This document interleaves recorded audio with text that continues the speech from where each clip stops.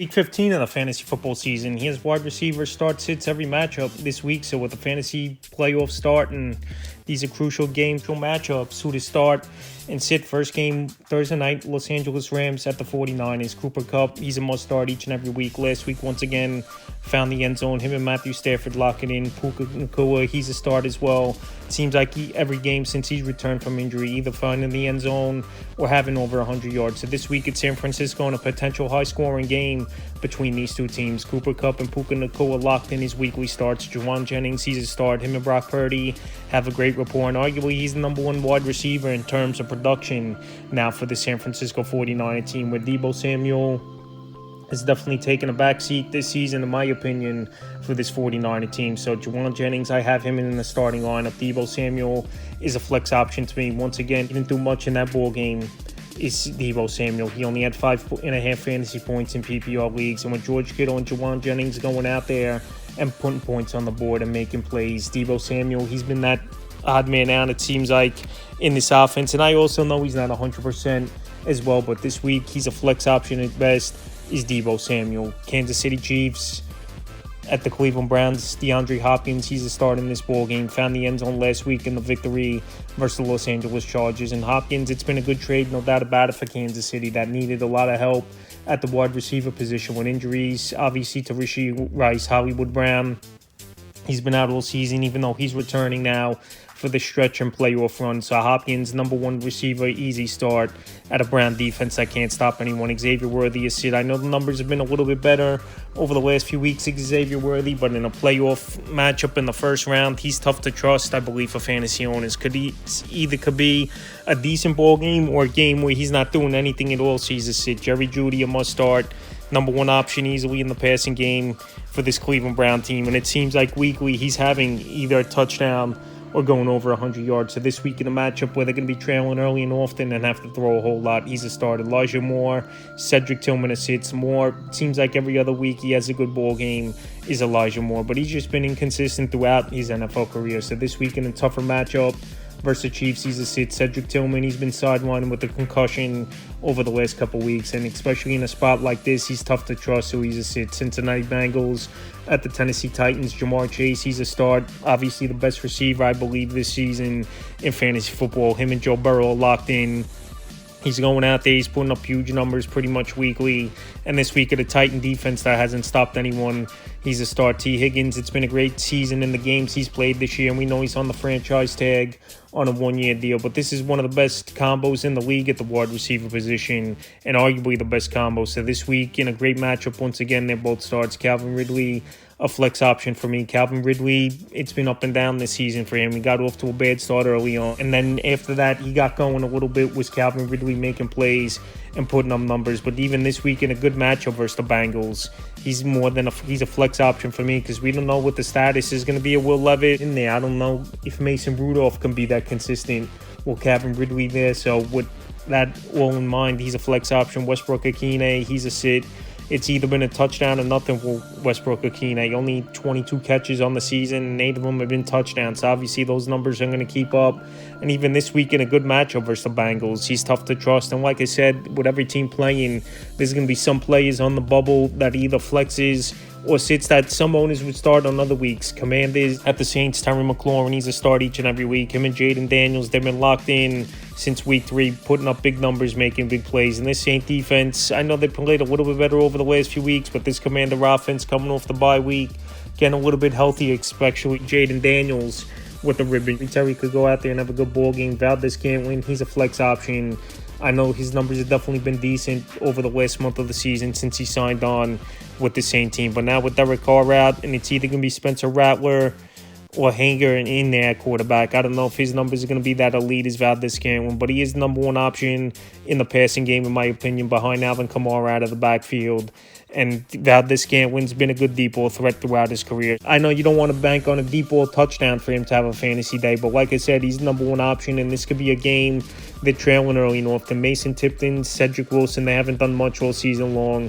I know this could be a game they're chasing points, but still, in a spot like this, you can't trust them there. See it. Baltimore Ravens at the New York Giants. Zay Flowers, he's a start, number one option in the passing game. Him and Lamar, have had it going all season long. I know a couple games here and there, it's been off games. If it was a Derrick Henry type of day where he had a big game, or even Mark Andrews in the passing game. But this week, coming off a bye in a great matchup at the Giants, he's a must-start. Rashad Bateman a sit. Bateman, he's been a deep ball threat and nothing, and he's the fourth option in this offense anyway, is Rashad Bateman, behind Derrick Henry, behind obviously Zay Flowers, Mark Andrews, and then Lamar running the football and making plays himself. So even in a great matchup in a playoff week here with every team playing, he's a sit. Malik Neighbors a start.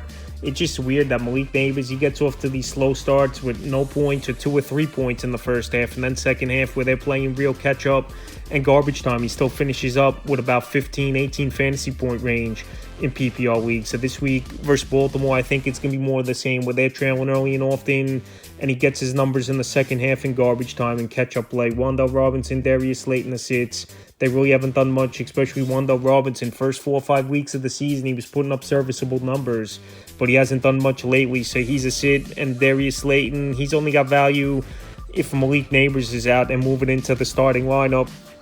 So he's a sit. Dallas Cowboys at the Panthers. CeeDee Lamb locked in as a start each and every week. I know he hasn't put up the elite numbers where he was drafted second, third overall in fantasy draft, but he's still putting up some decent numbers most weeks than not.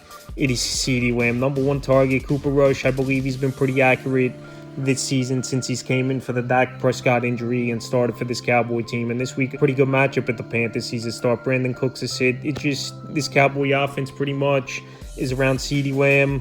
Obviously, Jake Ferguson at the tight end position, and everyone else, they'll get a couple targets here and there, but not put up consistent numbers. He's a sit. Adam Thielen, he's a start. He's the number 1 option once again this year. Well, this season he was the number 1 option for this Carolina Panther team, and he was putting up good numbers. So this week in a matchup versus Cowboys secondary that hasn't been good all season long, he's a start. Xavier Legette is sit. I know last week some plays was a get, but he dropped a big one where it would have been a game-winning touchdown possibly towards the end of regulation. And this week, I know it's a decent matchup versus Cowboys secondary, but Legette, there's weeks where we don't see much out of him, and he's been inconsistent in his rookie season. New York Jets at the Jaguars. Gary Wilson, Devontae Adams, their starts. Great matchup. This Jaguar team's banged up. One of the worst teams, if not the worst team in all pro football. And this is a big game in terms of who's going to get a higher draft pick, but obviously someone's going to have to win unless it's a fluke and it's a tied ball game. But Gary Wilson, Devontae Adams, they've been decent for the most part this season. I know some weeks it's down weeks, but this week at Jacksonville,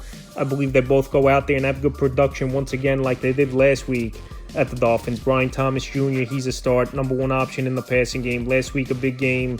It was for Brian Thomas. He got a lot of numbers late, and this is going to be a ball game where I believe the Jets will get off to a lead, and the Jaguars got to play catch-up in some garbage time, possibly. So he's a start. Miami Dolphins at the Texans. Tyreek Hill, he's a start. He's getting it going over the last couple weeks. He's getting a little more healthier. This offense has definitely been rolling for this Miami Dolphin team, and Tyreek Hill found the end zone. And this week here, it's a good matchup in a potential high-scoring game at the Texans. He's a start. Jalen Waddle, a flex. The last couple weeks, he's starting to get it going as Jalen Waddle, and arguably his best game of the season was last week, where Waddle was making the plays. He was taking advantage of the Jets secondary. And this season, it's definitely been a down year for Jalen Waddle, like I said, but coming off 9 for 99 and a 2-point conversion on 12 targets, this could be a similar game script where it's a high-scoring game between these two offenses, and a lot of guys put up numbers, but I still don't trust Waddle 100%. He's a flex option. Nico Collins, he's locked in weekly as a start. Now getting another week of rest where he was coming off a hamstring injury where he missed 4 weeks and returned for the last 2 games. But now with him back in a good matchup versus this defense that can't stop anyone, he's a start. Tank Dell, he's a flex option. His numbers have been inconsistent. I know he's the number 2 wide receiver now, obviously in this offense for multiple weeks where Stephon Diggs has been out and is out for the season. With Tank Dell, consistency really hasn't been there. With a full slate, at best he's a flex.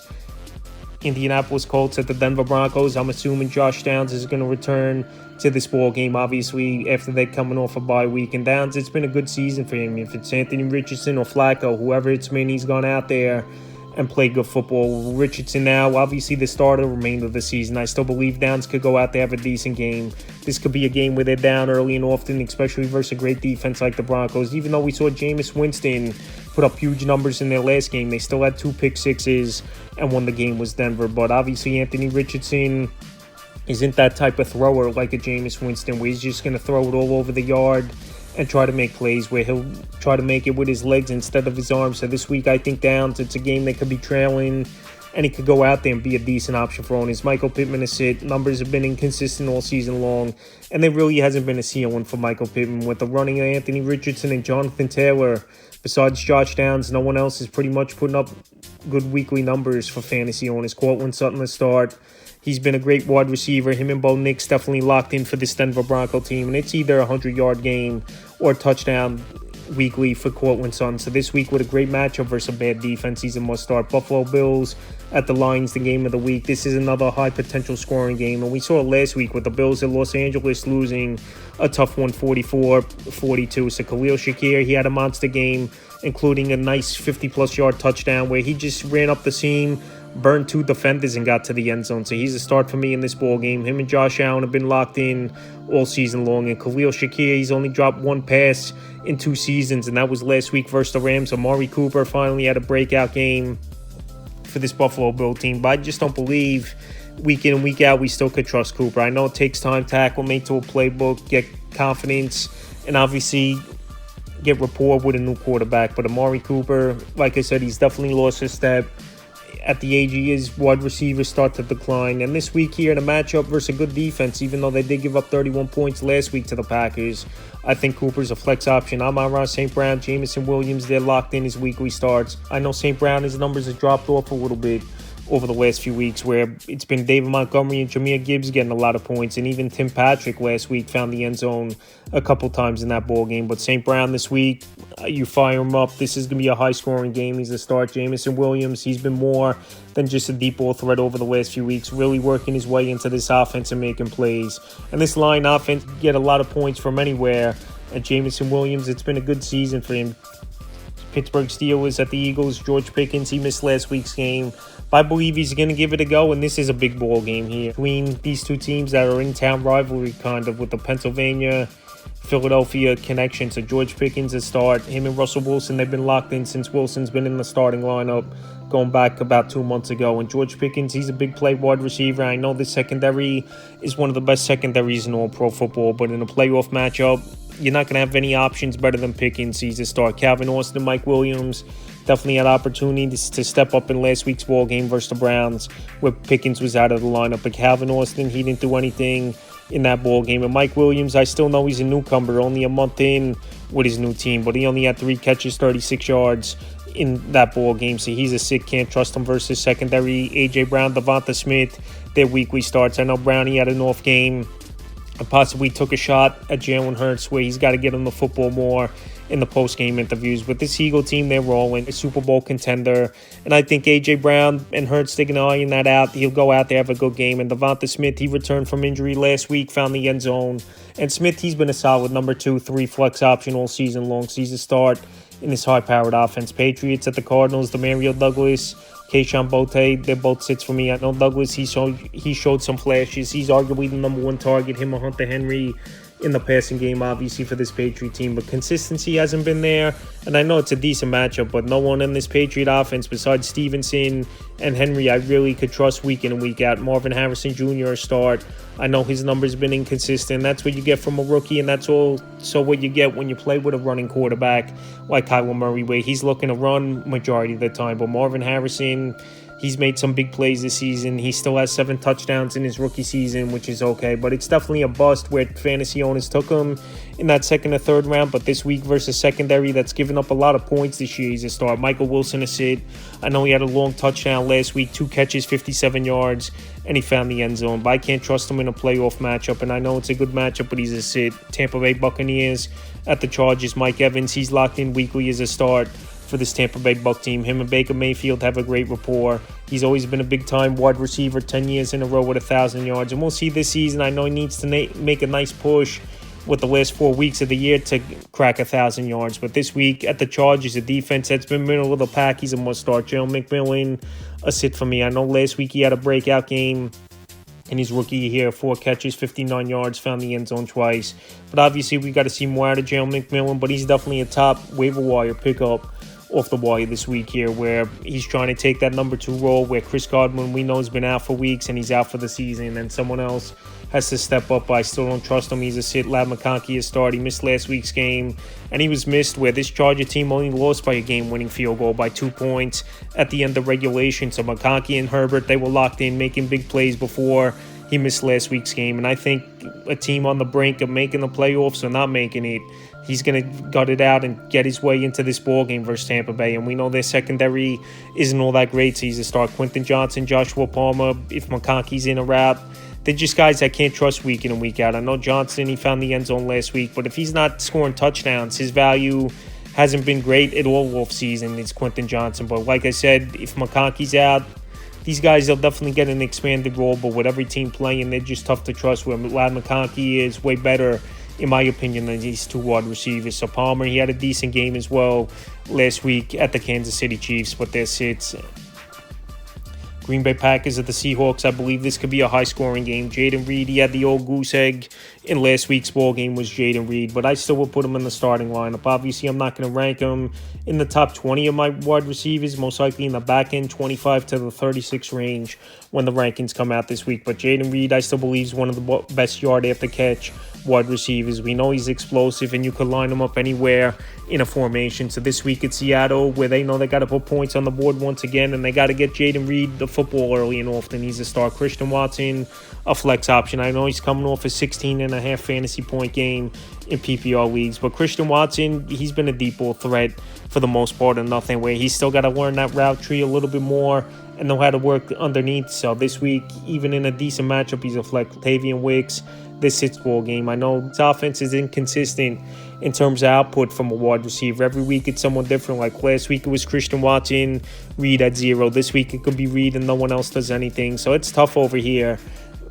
forecasting what a wide receiver is going to do for the Packers. So they're both sits. DK Metcalf, Jackson Smith-Njigba, both starts. JSN, in my opinion, is the number 1 wide receiver now on the Seattle Seahawks team, with all the attention going to Metcalf, and he's putting up numbers over the last 6 weeks of the year. It's either a 100-yard game or he's a wide receiver finding the end zone. So JSN, it's been a great second season for him. Him and Geno Smith have been locked in. But I like the matchup for both wide receivers in this start. Chicago Bears at the Vikings division matchup. DJ Moore, he's definitely been playing well over the last month of the season. He's a start for me. Number 1 wide receiver in this offense. I know Caleb Williams, he hasn't really turned over the football, but also they're not really making big plays week in and week out, where DJ Moore, he's been more of a back-end 2 option this season there, where last season was a borderline number 1 receiver for fantasy owners. Keenan Allen, Rome Odunze assists. They've just been inconsistent all season long. Keenan Allen had a 2-touchdown game at the Lions a couple weeks ago, and then last week he laid an egg, not doing much in that game. And this offense is just inconsistent, like I said. Rome Odunze, it's been a struggle all season long for him, for the rookie, but he did find the end zone last week twice. But this week versus a good Minnesota defense, I just can't trust Keenan Allen and Dunze. And DJ Moore, the only receiver I could trust on this offense week in and week out. Justin Jefferson, Jordan Addison, arguably a top 5 tandem at the wide receiver position on the same team. Last week, both went off with big ball games. And Jordan Addison, I believe he's finally healthy, and that's why he's going out there and starting to put up elite numbers the last 2 out of 3 weeks. So both wide receivers a start. Jefferson, I know he didn't find the end zone for 2 months before last week's ball game, but Sam Darnold, he's looking good. And this offense is getting back in sync. In the final game of the week and second of the Monday night doubleheader, Atlanta Falcons at the Raiders. Drake London, Darnell Mooney starts. This Raider defense can't stop anyone.